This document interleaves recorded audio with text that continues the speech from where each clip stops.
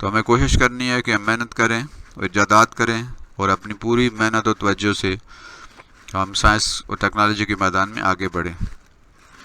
تو 3 مسلمان سائنسدان جن کا آج ہم ذکر کریں گے، ان میں سے سب سے پہلے جابر بن حیان ہیں، دوسرے ہیں عبد المالک اصمعی اور تیسرے ہیں ابو علی سینا۔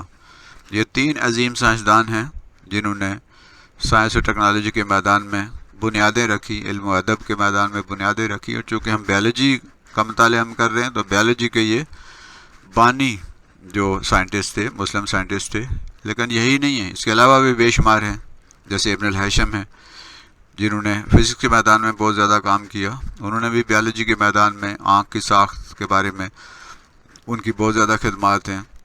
لیکن ہم یہاں صرف ان 3 مسلمان سائنسدانوں کی بات کریں گے۔ فزکس اور کیمسٹری میں جب ہم بات کر رہے ہوں گے تو ہم وہاں کچھ دیگر مسلمان سائنسدانوں کی بھی بات کریں گے۔ تو آئیے سب سے پہلے جابر بن حیان کے بارے میں جانتے ہیں۔ یہ 721 ان کی ڈیٹ آف، ان کا ایئر آف برتھ ہے، اور 1815 ایئر آف ڈیتھ ہے۔ 1721 میں پیدا ہوئے اور 815 عیسوی میں یہ وفات پا گئے۔ He was born in Iran and practised medicine in Iraq. وہ ایران میں پیدا ہوئے اور زیادہ تر ان کی جو طبی خدمات ہیں، جو میڈیکل کے شعبے میں ان کی خدمات ہیں، وہ زیادہ تر انہوں نے عراق میں سر انجام دی ہیں۔ یہ انٹروڈیوس ایکسپیریمنٹل انویسٹیگیشن ان کیمسٹری۔ کیمسٹری کے یہ بانی ہیں۔ کیمسٹری میں بہت زیادہ انہوں نے تجربات کیے، انہوں نے بہت سارے کیمیکلز بنائے، جیسے سلفیورک ایسڈ ہے، نائٹرک ایسڈ ہے، ہائیڈروکلک ایسڈ ہے، یہ بیسیکلی جابر بن حیان نے بنائے۔ اور بہت سارے ایسے انسٹرومنٹ، آلات، آپریٹرز جو آج ہم لیب میں استعمال کرتے ہیں، وہ شروع میں انہی کی ایجاد ہیں، انہوں نے ہی بنائے تھے۔ تو کیمسٹری میں ان کا بہت زیادہ کام ہے، لیکن بیالوجی میں بھی انہوں نے بہت کام کیا۔ He wrote a number of books on plants and animals. بہت ساری کتابیں انہوں نے لکھی، پودوں کے بارے میں بھی اور جانوروں کے بارے میں بھی۔ لیکن 2 کتابیں ایسی ہیں جو زیادہ مشہور ہیں۔ فرسٹ ہے النباتات، نباتات کہتے ہیں پودوں کو، پودوں کے بارے میں ہے، اور سیکنڈ جو ہے دیٹ از اباؤٹ الحیان، جو جانوروں کے بارے میں ہے۔ دوسرے جو سائنسدان ہیں وہ ہیں عبد المالک اصمعی، جو 740 عیسوی میں پیدا ہوئے اور 828 میں ان کی وفات ہوئی۔ He is considered the first Muslim scientist who studied animals in detail. یہ پہلے مسلمان ہیں جنہوں نے جانوروں کے بارے میں ڈیٹیل سے، تفصیل سے جنہوں نے مطالعہ کیا۔ ان کی کتابیں جو ہیں وہ جانوروں کے بارے میں، الابل کیملز کے بارے میں ہے، اونٹوں کے بارے میں، الخیل جو ہے وہ ہارسیز گھوڑوں کے بارے میں ہے، اور الوحوش جنگلی جانوروں کے بارے میں ہے، جس میں انہوں نے جنگلی جانوروں کا مطالعہ کیا۔ خلق الانسان، انسان کی تخلیق کے بارے میں انہوں نے کتاب لکھی۔ تو یہ جانوروں کے اور انسانوں کے ماہر تھے، اور انہوں نے مختلف جانوروں کے بارے میں اور انسانوں کے بارے میں کتابیں جو ہیں تحریر کی۔ نیکسٹ ہیں ابو علی سینا۔ 980 میں یہ پیدا ہوئے اور 1037 میں وفات پائی انہوں نے۔ ابو علی سینا یہ بہت بڑے جو ہیں وہ حکیم تھے، بہت بڑے ڈاکٹر تھے، بہت بڑے سائنٹسٹ تھے۔ He is honored as the founder of medicine and called as Avicenna in the West۔ یہ میڈیکل کے بانی تھے، اور مغرب میں ان کو اویسینا کہا جاتا ہے۔ ابو علی سینا کے بجائے آج مغرب میں جو کتابیں ہیں انہیں ان کتابوں میں اویسینا کے نام سے لکھا جا رہا ہے۔ He was the giant of medieval time۔ یہ قرون وسطیٰ کے جو ہے عظیم، ایک بہت بڑے جو ہے وہ ایک جینٹ تھے، ایک بہت بڑے عالم تھے۔ He was a physician، doctor تھے وہ۔ He was astronomer، ماہر فلکیات تھے۔ He was a philosopher، وہ ایک فلاسفر تھے، تھنکر تھے۔ He was a poet، وہ ایک شاعر بھی تھے۔ اور He was a great teacher، وہ ایک بہت بڑے معلم بھی تھے۔ تو ابو علی سینا جو ہے انہوں نے بہت زیادہ خدمات سر انجام دی۔ He was a physician، philosopher، astronomer and poet۔ وہ فزیشین بھی تھے، ڈاکٹر بھی تھے، فلاسفر، مفکر بھی تھے، astronomer، ماہر فلکیات بھی تھے، اور ایک شاعر بھی تھے۔